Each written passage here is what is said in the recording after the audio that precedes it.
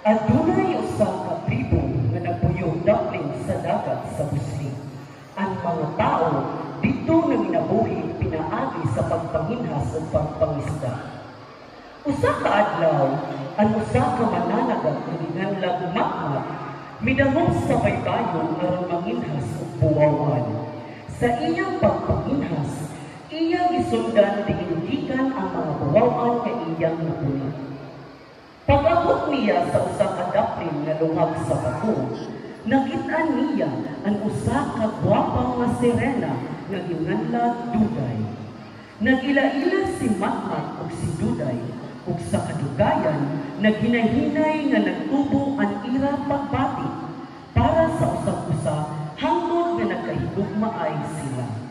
Apan, usa ka adlaw sa ira tagu-taguang panagtagpo, nasundan sila sa mga katribo ni Makmak.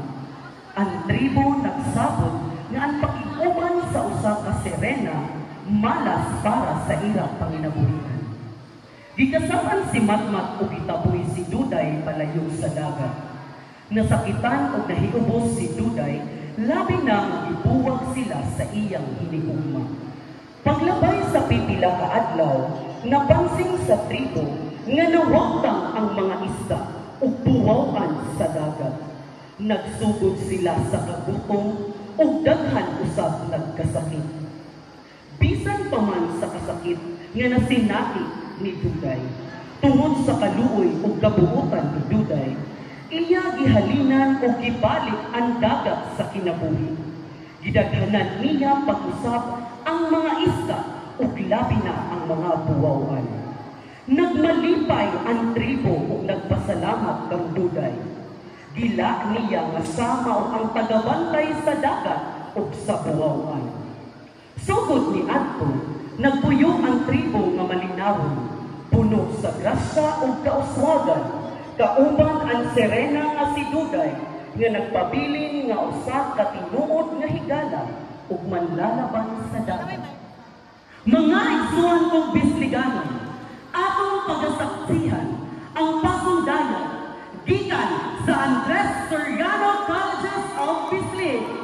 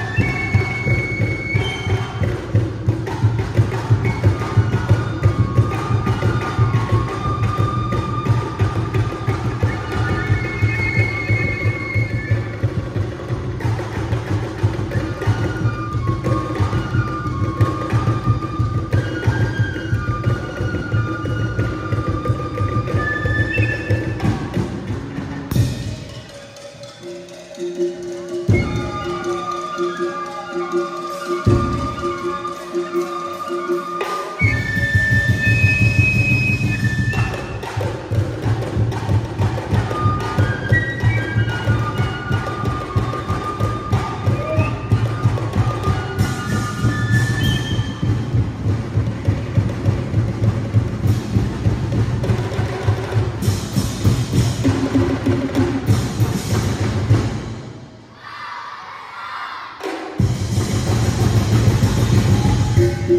you.